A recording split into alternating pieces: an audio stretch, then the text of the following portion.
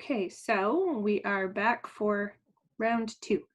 Let me pull up my notes here. Okay, so pregnancy is supposed to be, and Holly's going to find out, a wonderful, fun, enjoyable, easy time.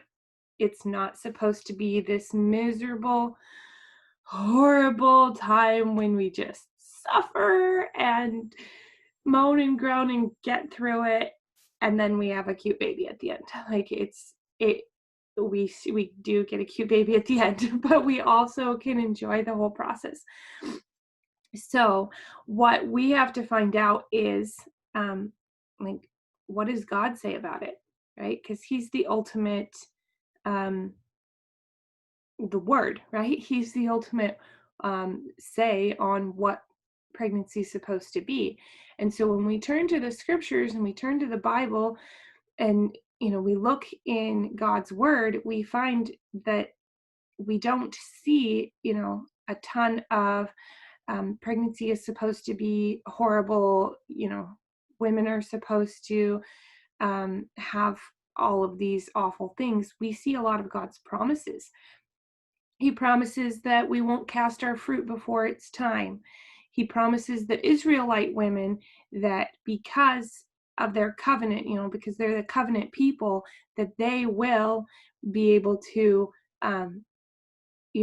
be fruitful and multiply and replenish the earth, and be joyful in their fulfilling the measure of their creation, etc. And we're like, oh, wait. Well, that's contradictory because, he tells Eve that he'll greatly multiply her sorrows. And so what does that mean? And I think a lot of people think that God means by greatly multiply your sorrows in, bringing forth children, that means that labor and delivery has to hurt. So if we take the word sorrow, it's not pain. And it doesn't, pain can cause sorrow, but sorrow and pain are not synonymous, right? And it doesn't say like, I'll greatly multiply your sorrow in labor. We just, take it that way, in like bearing children and bringing forth children. Children greatly cause a lot of sorrow for us. Like, they also cause a lot of joy, but you are so attached to your child. If they do something wrong, you sorrow. If they get hurt, you sorrow, right? So it doesn't just, it's not limited to the context of like childbirth. Also, he told Adam, that by the sweat of his brow, he would eat his bread all the days of his life, and that he would like suffer. Does that mean that every time Adam eats, he has to suffer and sorrow? Like, man is supposed to have indigestion every time they eat? No. So why do we take on, as women, every time we have a child, we're supposed to suffer? We have to have pain. Like, that's not what God wants us to deal with. Also, even if that were the case, which I don't believe it was, but even if that were the case, Christ came and fulfilled the law, and he took away all of that pain, that, removed that curse. So why are we still holding on to it ourselves, right? Christ has said, that we don't have to suffer, that he suffered for us so that we don't have to suffer. So we don't. And if we can mentally make that switch that Christ already took this on him, I can just let this go. I don't need to hold on to it myself. It doesn't do anything for me. It isn't a badge of honor. It's just suffering. Then we're able to, bring in the good and the happiness and the joy and feel that peace and calm without somehow feeling like guilty or wondering, am I still pregnant? Or, whatever, which happens with my last two pregnancies. After clearing morning sickness, I was like, and with this thought that I was going to have a great pregnancy, I seriously took like 3 pregnancy tests just to make sure that I was still pregnant, because I was like, I'm not feeling any symptoms. I'm not feeling any symptoms. Like, and especially with this last one, I was bleeding, but I was like, I haven't seen any tissue or anything, so I don't think I've had a miscarriage, but am I still pregnant? Because I felt fine. Bleeding was the only symptom. Um, and like, yeah, so we don't have to suffer. We don't have to imagine that that we aren't pregnant if we aren't suffering. We can just let it go, turn it over to the Savior who's already paid for it. You know, the same thing with any kind of abuse or trauma or whatever. We are like, I have to hold on to this because that person, that abuser, whatever, they can't get away with it. And we hold that grudge and we don't want to let go and forgive them, because for some reason in our minds, like, we have to keep a record too. And the angels have already got a record of everything that happens. They've got a record. Yep, Holly's pregnant. They've got a record. Yep, Christy's pregnant. We don't have to keep that record too. We don't have to keep the record, this person did this to me and they're going to suffer for it. And if I don't let it go, then somehow I'm not going to be vindicated in the resurrection, you know, in the final day of judgment. They're not going to get what's coming to them. Like, God knows what they need. They'll get whatever they, you know, deserve, or if they repent, they'll get the mercy that they, you know, asked for, etc. We don't have to hold that record. We don't have to, you know, keep that idea that we have to do it. It's already done. God, the angels, up above that whole, it's organized way better than it is on earth, and we don't have to hold on to that. Okay, so God says we can have a good pregnancy. God says we can carry the fruit full term. God says that we can, you know, be joyful and have happiness and not suffer, and that curse is broken, that law is paid for, taken care of by the Savior. So we have to change our verbiage, how we speak, to match God's laws, to match his word. Because otherwise we're in contradiction with God's word. And when we speak in contradiction with God's word, then we experience, you know, that confliction in like frequencies, right? And then we suffer. We don't have to suffer, so we have to change that. Instead of like, you know, saying like, oh yeah, I'm pregnant, or pregnancy is hard, or those kinds of terms, we have to start changing it to, I love being pregnant. Pregnancy is great. Pregnancy feels good. I'm excited for birth. I'm excited for labor. Like, all of those things, we have to change that verbiage in order to receive what we want, in order for it to not be conflicting and contradicting God's word. So it's kind of a huge mental exercise, but it's possible and we can do it. Okay, so then after we change our verbiage and our word to agree with God's word, then how do we make that work in our life? Like, how do we, okay, well, I changed what I'm saying and I'm believing that God, you know, is true, and that I can hold to his promises. Well, then we just have to move forward with that action, right? We have to move forward as if that is exactly how it's going to be. So if we move forward with that's how it's going to be, we can't have this idea in the back of our mind, well, I have to have plan B in case it isn't that way, right? Well, I really want to have like a pain-free birth, but I better have those pain meds on hand just in case, right? Or I really want to have no morning sickness, but just in case, I'm gonna, stay close to home. I don't want to be out and about because, I might be sick, right? We have to actually take that leap of faith, that step of action, and just expect it. If the morning sickness comes, we banish it, right? We send it away with love. We say, no, sorry, God said you're not part of my life. Thank you, goodbye. And we move forward and we let that, just let that go. We don't have to oh, it's not working. Darn it. Right? We're just like, don't come knocking at my door. Sorry, temptation, whatever you want to call it, like suffering, you're not welcome here. And then we have to design what we want. So designing our perfect pregnancy. What do you want pregnancy to feel like? What do you want pregnancy to look like?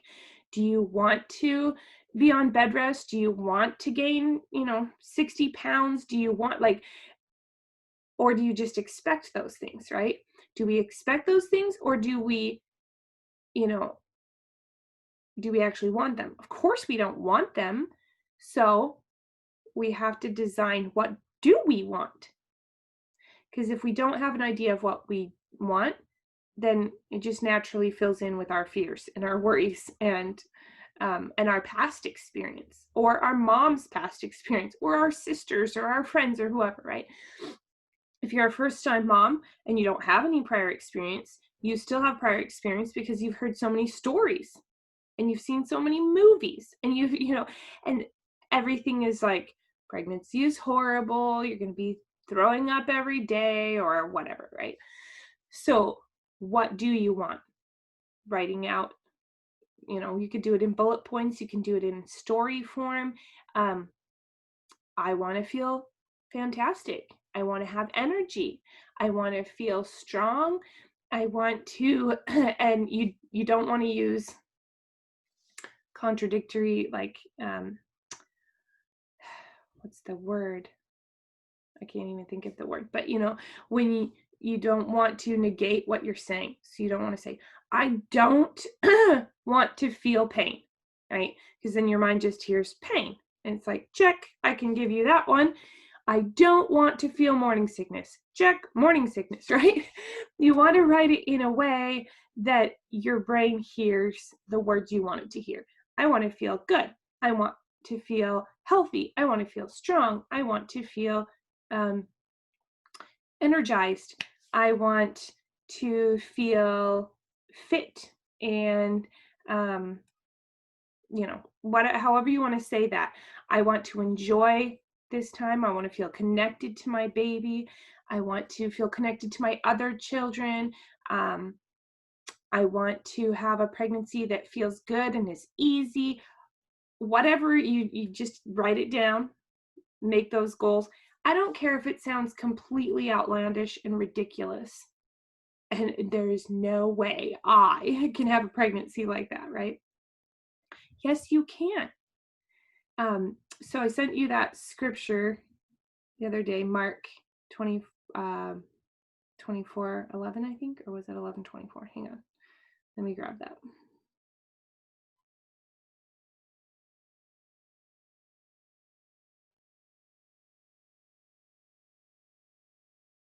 Okay, there we go. Yeah, 11:24. Okay. Find my scriptures app. There it is.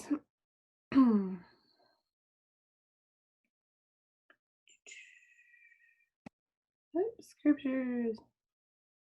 Sorry, my phone. The scripture made me cry. It was so good.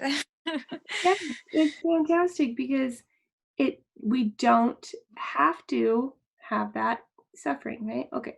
So this is Christ speaking, and Christ says, "Therefore I say unto you, what things soever ye desire, when ye pray, believe that ye receive them, and ye shall have them." And I just love that. That's what God's word says over and over and over in the scriptures. We don't have to suffer. It isn't, to like, oh, we have to sacrifice, oh, it's so good to sacrifice. But then in the scriptures, it says to obey is better than to sacrifice. Well, why don't we just obey God's word, which says we can be happy and we don't have to sacrifice, right? We don't have to suffer. It's better to just obey. So finding God's word, changing our verbiage to be God's word, moving forward and having that plan of what we do want is a really key component to having the pregnancy we want and to banishing morning sickness or any discomfort in pregnancy. We can have them. You shall have them. Just believe that you can receive them, right? Okay, so what about all of those fears and those things in the back of our mind? How do we move past them so that we can have this pregnancy that we've written out, that we've designed? Okay, I want this beautiful pregnancy. I've designed it. I've changed. Sorry. This again. I've changed my verbiage to match that. How do we get that then? Sometimes we have to clear fears, past traumas, all these worries and things that are in our mind. So what's stopping you from having your dream? You've got to write those things down. Every fear you can think of, write it down so that you can clear it. You can clear it all at once. You can clear them one by one, however you believe you can do it. When I first started doing this work, I would clear things one by one. It would take me like 10 or 20 minutes to clear one trapped emotion. And now I'm like, write them all down, done, clear them, remove them. Can I scribble them? Is Sure. that just as effective? Yeah. Yep. You could scribble them. You could dance them out. You could wash the dishes. Like if I'm scribbling, do I have to write each fear out, or can I just write fears attached with pregnancy? Would that clear them? You could, but sometimes or do I need to acknowledge? Yeah, your subconscious wants you to acknowledge what those fears are, because if you don't, then it keeps nagging at you. Right. Okay.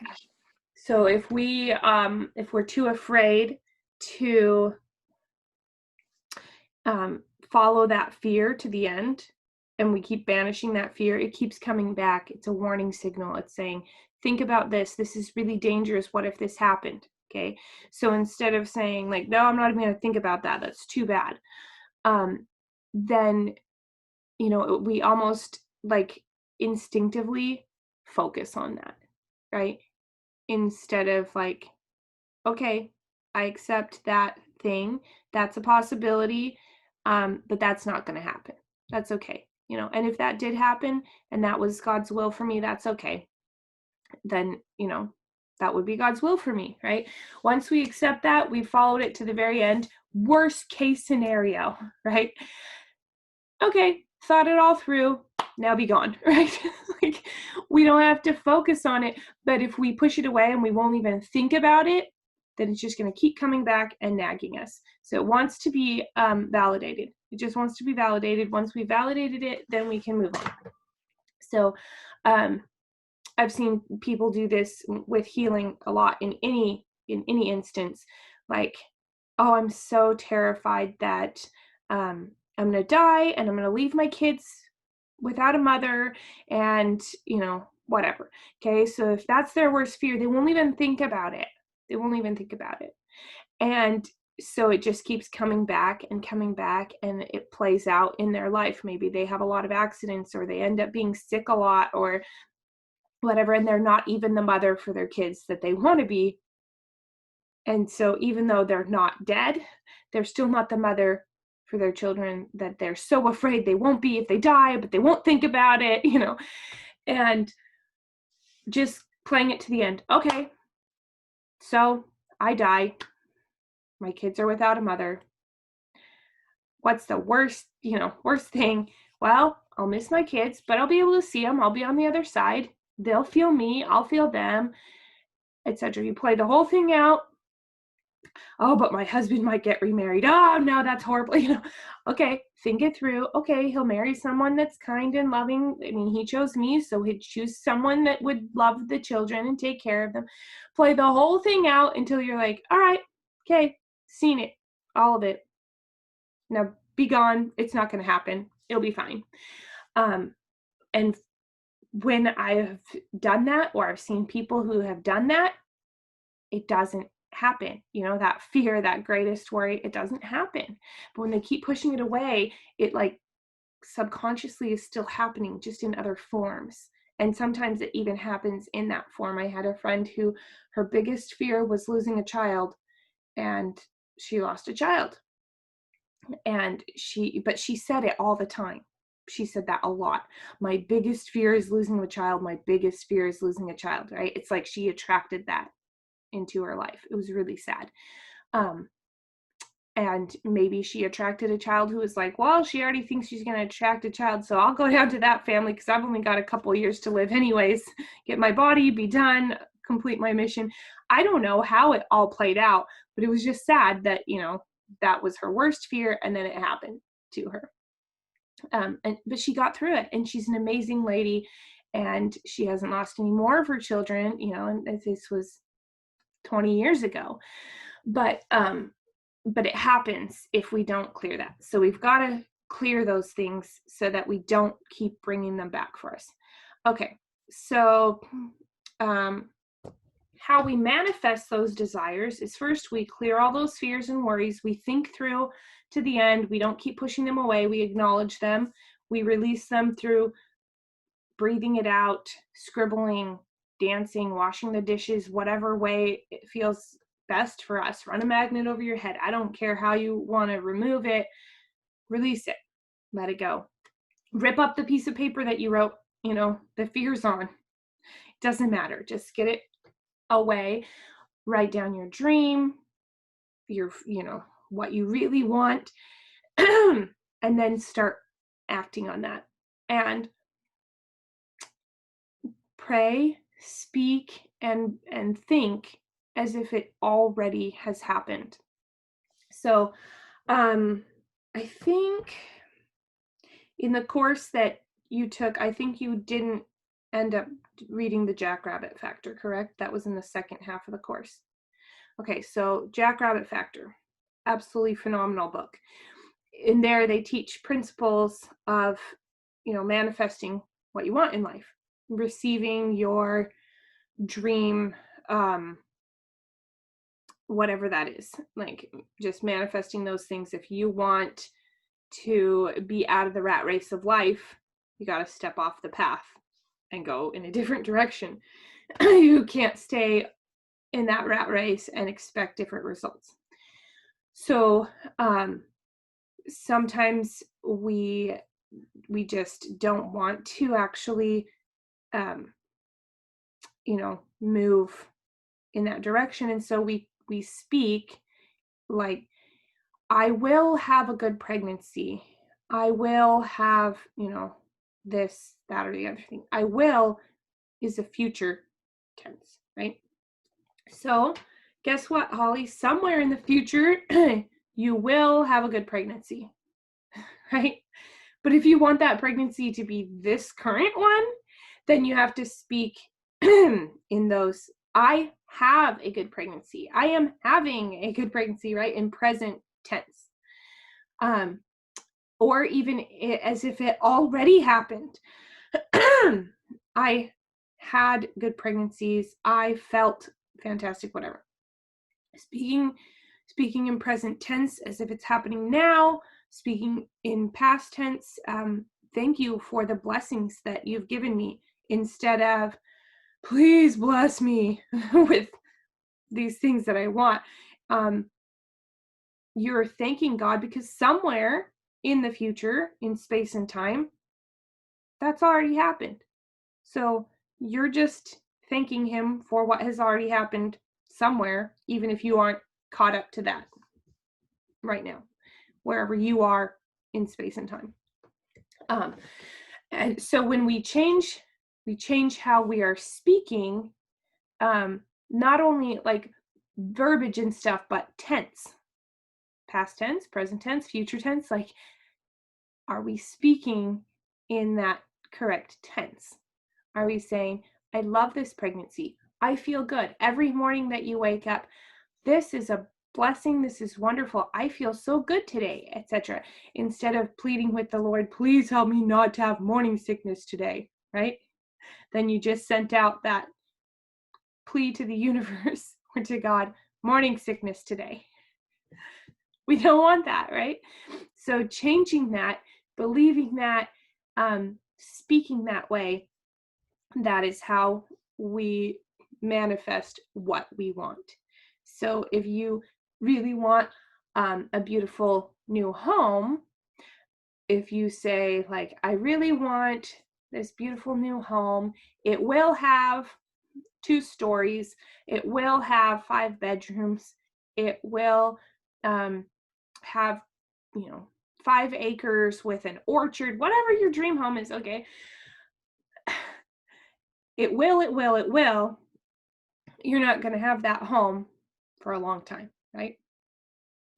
If you say, my dream home has 5 bedrooms, my dream home has 2 stories, it has an orchard, it blah, blah, blah. You're using present tense terms. You're much more likely to attract your dream home a lot sooner than this future tense. It will. Okay. So I want to work on, again, like we did last time, just finding and clearing beliefs. So I want to have you practice finding and clearing beliefs, whether you want to scribble them out or you want to breathe them out, however you want to do that. Let's write down beliefs and fears that you have and then clear them. And we might need to write some new affirmations too, right? To counter those current ones. Like, I'm so afraid that I'm going to miscarry. Okay. That's a huge fear for almost every woman in every pregnancy, right? So you want to put a new affirmation. First, you clear it, you find that belief, write it down, clear it, then replace it with a new statement that, my pregnancy is full, full term. My pregnancy goes full term and I have a healthy, happy baby. However you want to change that affirmation, that belief, you've got to replace it. Otherwise, you're just kind of leaving a vacuum or an empty hole that can easily be filled with more fears. Maybe they're different, but still more fears. So where does God's will come into this? Because I'm manifesting my will, but where does God's will come into this? Because I never want to do anything contradictory to what he wants. Does that make sense? Yeah, so that's a really good question. And I've struggled with that for a long time. And I've finally come to the conclusion that most of the time God's will is our will, because we sat down with God. This is my personal belief, not doctrine. We sat down with God before this life and we planned out our life with him. Just like a kid going off to college. Hey, mom or dad or whatever, can you help me figure out my classes, what I should take, where I'm going to, what I'm going to major in. We sat down and we planned that out with him. And, maybe with our future spouse too. Hey, we want to have this many kids. We're going to do this, whatever. And God's like, okay, I'll help you guys find each other. I'll help you with this goal in life. I'll nudge you in this direction because I know that you want to be a nurse, or I know you want to be a farmer and have this huge, amazing, discovery in new farming technology, whatever. Okay, I'm going to help you with that. And so he nudges us in those directions, reminding us, here's the plan that we made, that we set up. So when we feel this desire, God says he'll honor and bless us with our righteous desires, right? So sometimes our desires aren't righteous, and God's like, I I don't want to bless you with that. That's not what you asked for. That's not what you want. We didn't plan for this. And so I'm going to nudge you in a different direction. And we sit there and we pray and we're like, please, God, give me this thing. And God's like, no, like, you really don't want that thing. But most of the time, we really know in our hearts our righteous desires, and we feel that, and God is like, that's a righteous desire. I'll bless you with that. Even sometimes if it isn't exactly according to the plan that maybe we created before, if it's still a righteous desire and it can still fulfill that and get us, keep us on that path, okay, sure, you can do it that way too, right? He doesn't take away our agency. God's will doesn't trump our agency. Our agency, it will never be removed. We can always choose, and God would cease to be God if he took away our agency. But that's our fear, is that, well, I'm going to choose something. I'm going to do something that's not God's will. And I think God doesn't, he's like a parent. So if you apply this to your life, there's no way that you're trying to micromanage everything your child does, right? You want them to learn and grow. You want them to make choices. You're like, maybe that's not a good choice. Like, okay, honey, you're going to slip and fall. Probably you should get down, right? But you don't want to have to tell them, like, okay, now here's how you get down. Step down carefully on the, right? We're just like, just get down. You're going to hurt yourself, right? And that's how God guides, directs us. He wants us to do what we planned with him. If you had a child who really, really dreamed of being an architect, they just wanted to be an architect, you would probably not be the type of parent who's like, no, you're not going to be an architect. You are going to be a school teacher, because that is what I was, and that is what your father was, and that is what your grandpa was, and you are going to be a school teacher, right? Most of us aren't going to do that. We're going to go, I can see that you have talent and ability, and that this is a passion for you, so I'm going to support you in your dream to be an architect. I'm going to get you art lessons. I'm going to buy some books so you can draw houses and buildings. I'm going to, help you take some classes in school. I'm going to find a university that's got a great degree, a great architect program. That we're going to support them in that. And I feel like that's what God does for us. He doesn't say, Holly's mission in life, I'm giving Holly her mission in life. She has to comply with it. She has to be okay with it. She has to accept the mission I gave her, right? We all volunteered or accepted or told God, hey, I want this mission. Okay, you can have that mission. Maybe it was lots of different missions, but that was how, in my opinion, that's how heaven was. It wasn't just like God saying, like communism, God saying, this person's going to do this. This person's going to do this. Here's the jobs that need to be filled, and I'm filling them with so-and-so, like, he's like, what do you guys want to do? Oh, okay. That will fulfill this part of the plan of salvation. That will fulfill this part. It wasn't, you're going to fulfill this part because I'm God and I want you to, right? So in my opinion, how that fits into God's will is, he wants you to be happy. He wants you to have a good pregnancy. He doesn't want you to suffer. If that is what your desire is, then he's going to bless you with that desire. And he's not going to be like, sorry, the greater good is for you to have a really bad pregnancy, right? Like, that's not the case. Now, sometimes we may have chosen with him, I need to learn this lesson. I'm going to have this. Or maybe we planned with one of the children that we were having, hey, you're going to come to earth and you're just going to get a body. And it's going to be sad for me because I'm not going to understand it very well, but you're going to come and you'll only be with us for a week or a day or whatever. And then you'll be back in heaven.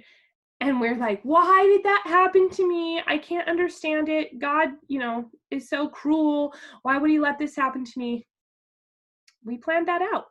I believe everything that happens to us like that, we knew ahead of time it was going to happen. We planned it out. It wasn't God forcing that on us. Now there's agency, and we can't interfere with, like, somebody comes up and just shoots us.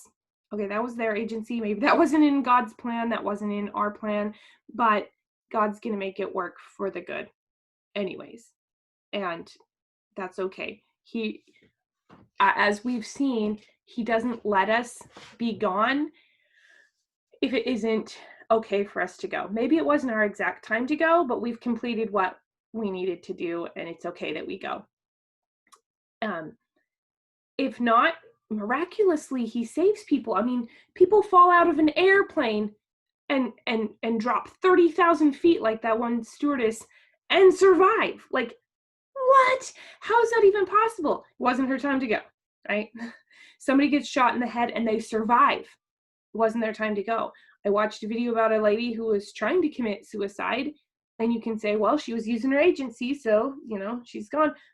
She didn't succeed. It wasn't her time to go.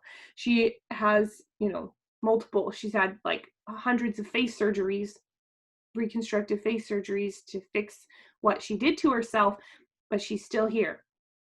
So I don't have all the answers, but my understanding is like God is in control, but he also, we co-author our existence with him. We design it with him, and he helps us to fulfill it in a way that makes us happy and brings us joy. And we feel that in the deepest part of us. We feel that. What is our righteous desires? What is that? And we move in that direction. Does that answer your question? Yes, it does. Thank you. Yeah. I struggled with that. Like, well, but what if it isn't God's will for me to have a pain-free birth? What if he wants me to learn something from the suffering or whatever? I'm like, dude, I already had 6 painful births. I think I already learned about pain and suffering. I can learn that in a different way. Like, I can watch other people and learn from them. I don't have to suffer myself. And that's another thing that sometimes we think, well, I've got to learn this lesson. Watch somebody else and learn it from them. Don't waste your time learning it on your own. Like, I've got to learn that if I slip on the ice, I'm going to fall down and hurt myself. You can see that. Like, you can watch that. Somebody else can do it for you, and you can learn that lesson, right? Okay. So what fears, Holly, do you have that that you can, that automatically come up? I think a miscarriage, of course, like you said, is like one of my bigger fears. And pain when I deliver. I'm like really afraid of pain. Right. um, I'm trying to think. I'm always afraid that I'm going to do something wrong that causes some sort of harm, or like I don't mind dealing with any child with any kind of syndrome or anything like that, but I just don't want it to be my fault. I want to make sure I did my part. Right. And so that's a fear of mine. So I don't know. No, those are really like, I think I sent you that workbook that I had written that you like scribble and color. And okay, so I got a list from myself and from several friends. Worst fears, like I just, did like a post, and people were like, oh, here's one of my pregnancy fears. And I compiled those for kind of the most common pregnancy fears. Fears that, that your child will have some like, what's the word? Be disabled in some way, like they'll have a missing leg, or Right. they'll have some kind of mental problem or whatever, and then you'll feel like, oh my gosh, that was my fault because I didn't take enough vitamins or whatever, right? Like, Yes. that's a fear. A fear that you won't make it to the hospital or wherever you're headed, and you'll have the baby on the side of the road, or the fear that like your husband won't be there, he'll be at work and you can't make it, or that he won't support you through it, that he'll just fall asleep, or he just won't be supportive in the way you need him to be. There's so many fears, and when we start really listing them, even if they're irrational, even if like your husband's always supportive, if you're afraid he's gonna not be supportive, it plays into how you feel during your pregnancy and how your birth experience goes. So let's just take the 3 that you mentioned this time, um, and like work on where those are coming from so we can clear them. Okay. So the miscarriage one, that probably has to do with past experience, right? Yes. So you'll want to clear the trauma of your previous miscarriage. So that's the first place you want to go is, okay, do I have trauma from my previous miscarriage? And if you get a yes, okay, can I clear it, or do I need to know more or acknowledge something about it?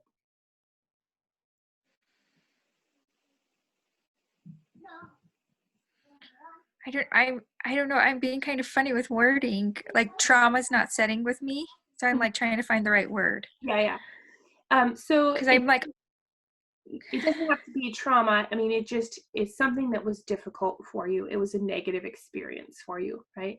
So do I have a negative experience from my, previous pregnancy, that, or a sickness memory, however it comes up, that's replaying in your body and trying to scare you or remanifest in your like life. I guess the real fear like that keeps coming in my head is contrary to God's will, because I like you said had such a positive. I was like, oh, I'm doing my part, and I was doing everything on my part, but it still played out the way it played out.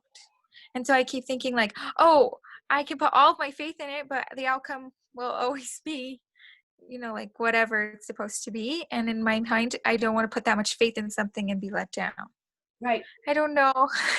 Exactly. So I'm like, I don't know if I'm afraid of a miscarriage. It's like just like putting so much faith in something and then having it knocked Yeah, that down. is a fear. That's a very real fear, is like being disappointed. Yeah. After, putting our all into something and then being disappointed in the outcome. Right. Like, I think that's resonating more than the miscarriage. Mhm. And I think that's why I've had such a hard time connecting with the babies, because I don't want to put so much energy and be so hopeful and then have it, Right. which And is wrong. So yeah, I've been trying to work on miscarriage, but I don't know. Anyways, I don't know. Sorry. okay. Like Let's see. miscarriage, there's so many reasons for it. Sometimes it literally is our beliefs. Okay. So I don't want to like make anyone feel like it's your fault you had a miscarriage, right? Because, there's no reason to blame anyone for anything, right? We're not trying to blame anyone and say you had a miscarriage because, you're incompetent, right? That is not what what I'm saying here. What I'm saying here is maybe our beliefs and fears really manifested in a miscarriage. But maybe your body didn't form the baby right. And so your body naturally knew, hey, this baby isn't going to have the best chance at life. It's not forming correctly. We need to, release this, Well, start I'm over. like, I had a really interesting experience where I received answers, so that whole process was really interesting because I learned about free agency. I mean, that baby gets to choose whether it wants to come to earth or not. And that Right. was really hard for me to accept, because here I was doing my part and I was doing everything I could, but that baby got to choose. Whether God wanted to make that choice for that baby or not, God could not. That baby gets to choose. And Right. so it's kind of scary because I'm a control freak. So I want to control everything, especially on my end of the thing. And so I think learning, like you were talking about, how God wants to bless us. He wants to give us everything we want, but we all have choices that we have to make. And I never realized that there was a third party, like when it came to being pregnant, it was always just me and God, but that baby gets to choose too. In my experience, like everybody, like you're saying, is different. And I don't know their situation, but Yeah, no, and so I'm like, true. That maybe your baby was like, I don't like this body that's forming for me. This is not the way I want it. I don't want to come to earth with, a deformity or something. So I'm choosing to not accept that one. We're going to try over.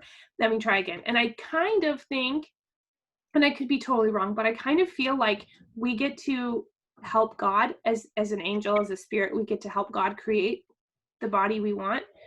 So maybe the baby, that spirit that was like, oh man, I messed up. That's horrible. That is not the body I was trying to create. No. Start over. We're going to try again. I do not want to come down to that body. Right? I don't know. Hang on a second. Hey, I'm on a phone call. Can you go play? Go wake up the kitty. So yeah, like it could be that the baby was just like, nah, it's not my time.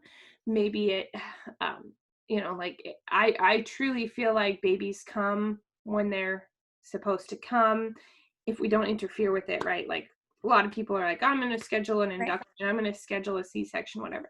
But if we don't interfere with it, I feel like babies come at a specific time. Their natal charts play out in specific ways. Like I came, when this planet was in this constellation at this, time. Sometimes in the scriptures, we have examples of people who were born at a very specific time, in a very specific place, in a very specific way, the Savior being the ultimate example of that. He had to be in Bethlehem.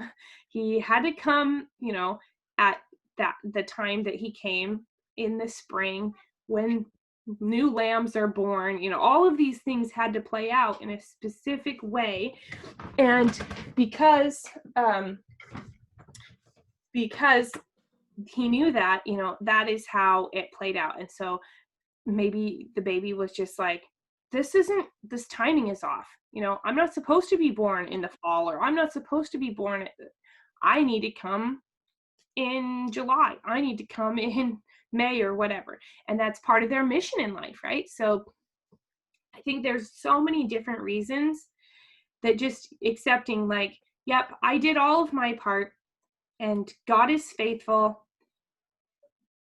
But you're right. There is that third party, and you can talk to them, right? You can talk to that baby's spirit in your body and say, hey, is this what's, going to work out for you? Are you okay with this? Can we work together as a team?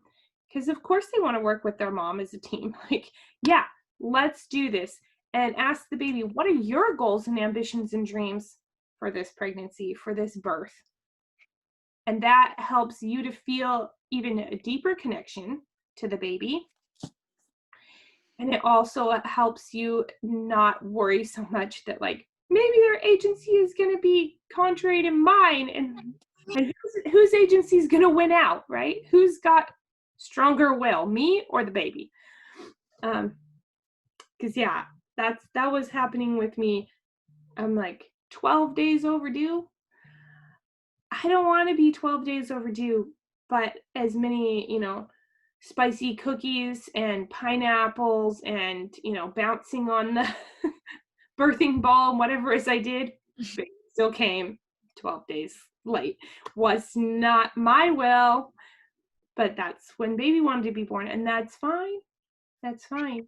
It worked out. It was good, but it was hard for me to accept, like, okay, baby, could you come sooner? Could your will be that you come sooner? Right? I don't know, but yeah. Yeah, I never thought about it. You always give me a new perspective to look at.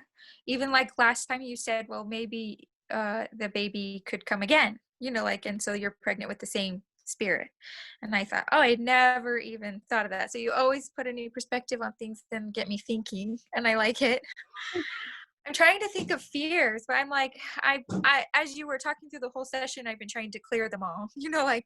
And like work on them. So I'm like, I don't have any that are like really like sticking out. I'm sure I have them. I mean, everybody has fears, but I'm trying to think. So if the miscarriage, is really more a fear of letting go of control. That is okay. So now that rings about like control. It's like an issue that I have. Right. And okay, I could see that's the goal. That's the one that is like, Holly, what we really need to work on today is this control issue, right? And you're like, oh, that's not a fear, but it is, right? It's a fear of like, but I don't want to let let go. I don't want to not be in control because the unknown is scary. And that's why we want to control things, is because we want to control the outcome. We don't want to be like just expecting whatever. We want to know what we're expecting. We want to know what we're receiving. And so that fear of letting go and just accepting whatever comes is scary. Yes, that rings pretty true to me personally. Okay, so I want to let go of my control and replace it with a positive. Mm-hmm. Because control essentially is just fear of the unknown, like you're saying. So I need to replace it with faith that all things will work out according to God's will or whatever. Okay. Right. For your highest good, right? Things are going to work out for your highest good. Your will, God's will, Right. baby's will, all combined. Correct. Okay. So I'm just letting that go. Yeah. You'll know when it's gone when you can think about letting go and not controlling, and it feels okay, instead of like, oh no, wait a minute. See, and like when I say the word control in my mind, I just feel all of my energy just scatter and go crazy, like chaos. So I'm like, okay, I obviously haven't let it go, but for some reason I can't breathe it out. So There's probably a block, and sometimes we get a block that's like, no, this is a really big issue for me. We are not letting it clear that easily. Your subconscious is like, hang on a second, I'm not ready for this. So right.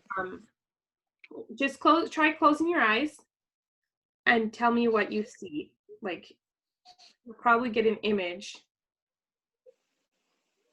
and that image will be important. I'm not getting an image. I'm just getting like the thought, like little girl, but that's it. Okay. Let me see. So that could be, is that little girl you? I'm getting yes. Okay. So maybe the fear of like not being in charge as a child, not being able to control. I know for kids in big families, like I was number 4, I have 3 older sisters, I didn't have much control.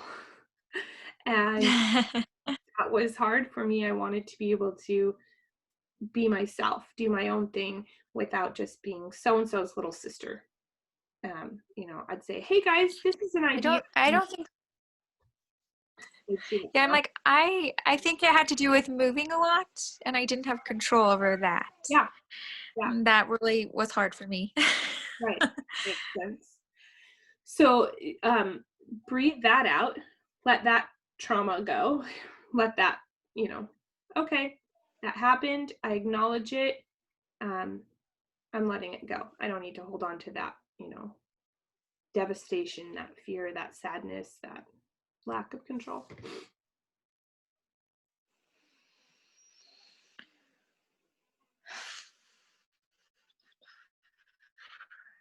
It's like almost like okay, maybe I'm doing it wrong. Okay, I'll let it go.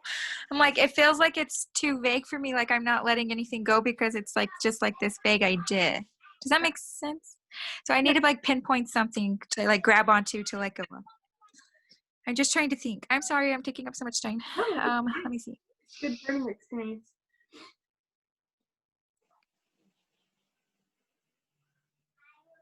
I mean, do I even need to let this go? Obviously I do.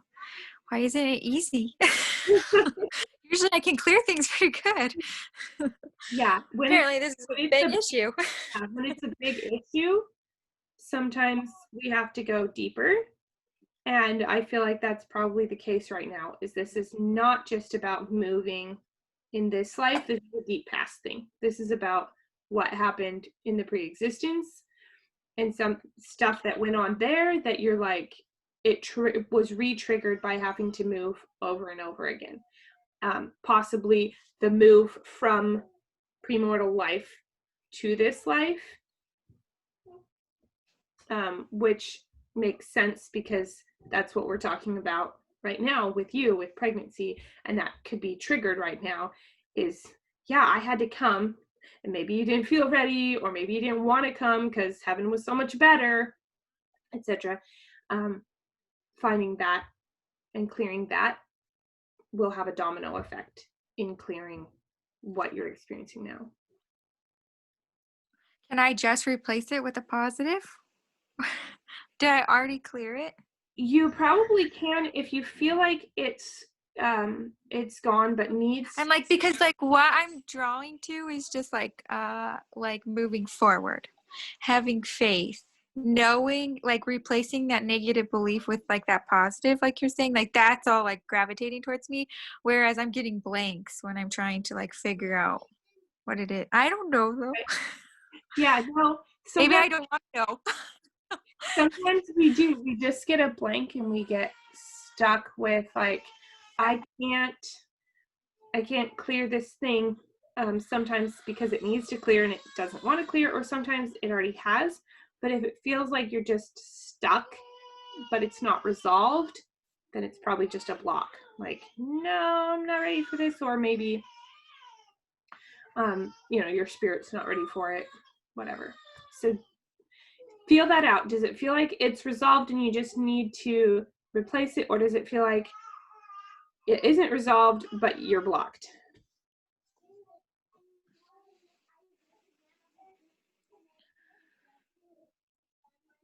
I don't get anything.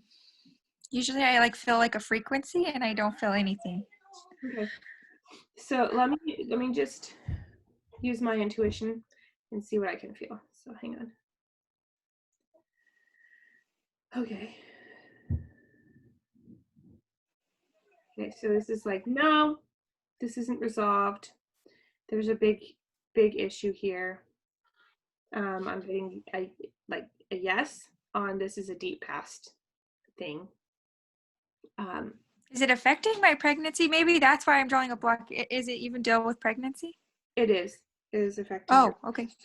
Okay. On that. Okay, so it's affecting your pregnancy. It's a big block. It's affecting your daily choices, like how you choose things and how you move forward in things. And that's why it's like, no, this is a huge thing. If we mess with this, yeah, because I keep pushing it down. I'm like, I'll just deal with it later. right? This could be like revolutionary. I don't want to, this is too much. I just want, consistent small changes, right? Okay, so let me tune into myself. Okay.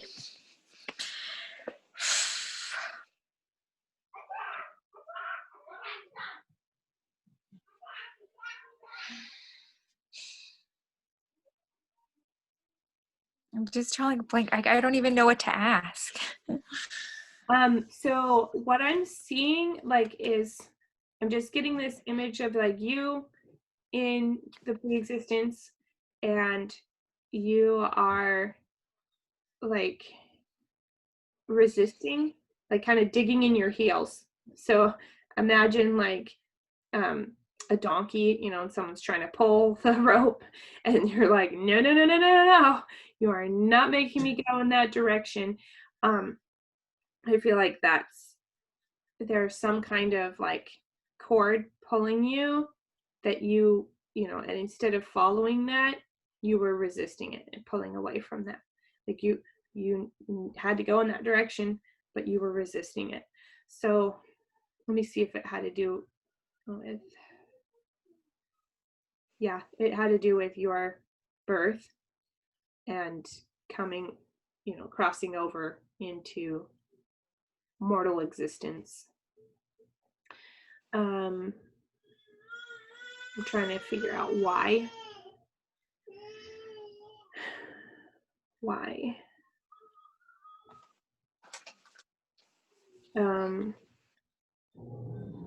It wasn't even like I'm not ready. It was like I just don't want to. It's not going to be as good, happy as Those are my words lately. Like I will look at something and I think I just don't want to. There's no reason behind it.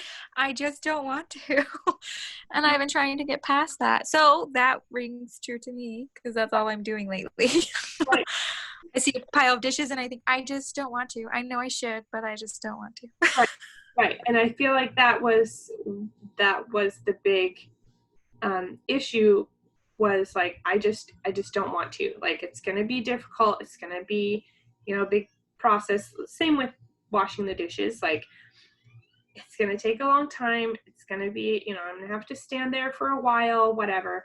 Even though, yeah, it's the right thing to do. You should do it. You have to do it at some point, but you just don't want to, right? And that's like the energy I'm feeling. It's coming with you, and that's why it's being triggered. You've got to clear it from the deep past so that it's not playing out in your life daily. So okay, I want to do this. I've been trying to change this in my life and I didn't know why I was like this. I'm like, why are some people born with such drive and I don't have any? yeah. Okay. So to clear something from the deep past is pretty easy, because you're just, once you acknowledge it, you're just going to clear the trapped emotions that might be involved. And I just list them once I can feel what they are. I just list them. And then I ask if that experience is ready to be released. And once I've acknowledged whatever needs to be released, it's ready to just go. Oh, okay. Let's see if anything comes. I just get pride. Okay. Fear.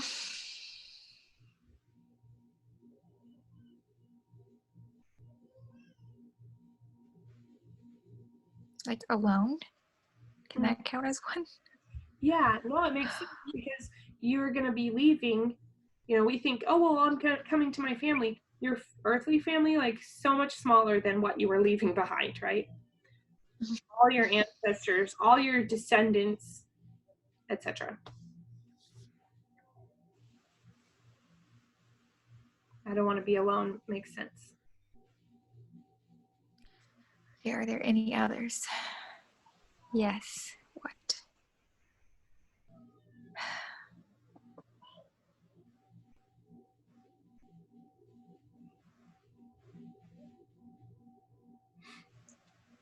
Let go? Is that even a trapped emotion? They can be. They don't have to be on the, the list. Like, if you feel that, like, stuck, maybe? yeah, Stuck. Okay, is there anything else? Am I missing anything? I think I got it all. Okay. Okay, and then I just replaced it with one affirmation, right? Or I can replace it with as many, but I don't need to do each one. Replace with all that. Ask if there's anything else that you need to know about this experience, or if it's ready to release. Is there anything else I need to know? Yes. Okay. Yes. Sorry. Ask if somebody else is involved. Was somebody else involved? No. No? Okay. Because sometimes if there's somebody else involved, we have to figure out what that is. Okay, let's see. I don't know. Ask if... maybe there was. I'm not getting a clear, like, definite no. Okay. I feel like there was a draw. Okay, I feel like your mom was pulling that cord, that rope, and you were pulling away and resisting it. So I feel like that may be significant, like maybe a relationship with your mom, or maybe just like, I don't want people to tell me what to do, or to make me go when I'm not ready to go, or whatever. Like, if you're at the top of a water slide and it's scary and someone's like, just go, just go, just go, and you're like, yeah, I'll go when I'm ready, don't push me.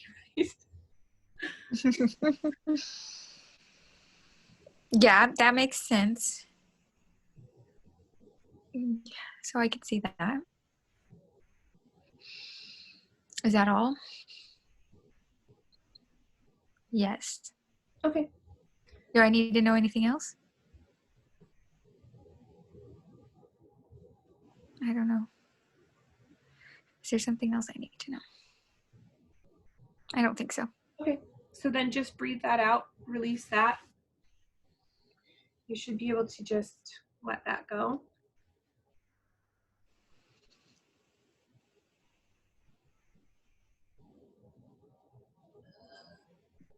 I'm having a hard time letting it go.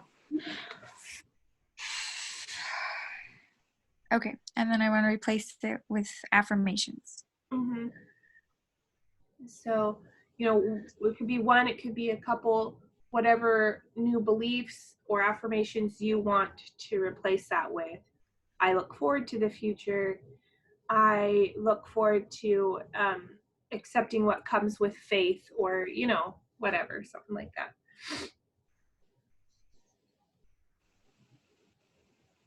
Okay. I am faithful. I have faith for what comes my way. I trust. I like trust. Yeah, like I trust what comes my way will be for my greatest good. Something like that. Comes my way will be for my greatest good. I accept whatever comes. Okay. I think so, right? And I get the impression you need to send love. Like, I love whatever comes. Like, whatever it is, I'm going to send it love. Because love is the opposite of fear. Love is the opposite of It's fear. like I feel like I'm trying to trick myself right now. That's how I'm feeling. Okay, so I like love. Okay. Usually I can like let it go, but for some reason I'm just like having a hard time. Yeah. But I like the idea. As soon as you said that, I just go back to myself in the pre-existence, and I'm going to love the choices I made. I got to choose to come here. I love the family I got to be with, and I love that I have free agency. I love that I have faith and that I can move forward. And I love that I can accept whatever comes. So I like that. Yeah. All right. So how does that feel? Does that feel like I feel so much better. I like the love. Yay. Okay. So yeah, that's kind of how we clear those fears as they come, as you notice them, write them down. See if you can just clear them. If you can't, check for blocks. Was this something that happened in my past, in the this mortal time, or was it something in the deep past? Was this even before I was born and it's being triggered? And the cool thing about deep past stuff is when we release and clear that, it has this huge snowball effect, and it releases and stuff we didn't even realize was connected. And instead of putting a band-aid on it, it's going way down deep and healing. Our body can heal when it has the nutrients and the building blocks that it needs, right? When the cells have the nutrients they need to rebuild, then it heals. Just putting a band-aid on something isn't going to fix the problem. What if there's still a thorn inside? What if there's still, what if the cells don't have what they need to rebuild, and it's going to take an extra long time, etc. So doing the deep past, it's not band-aid work. It's the deep, at a cellular level kind of thing.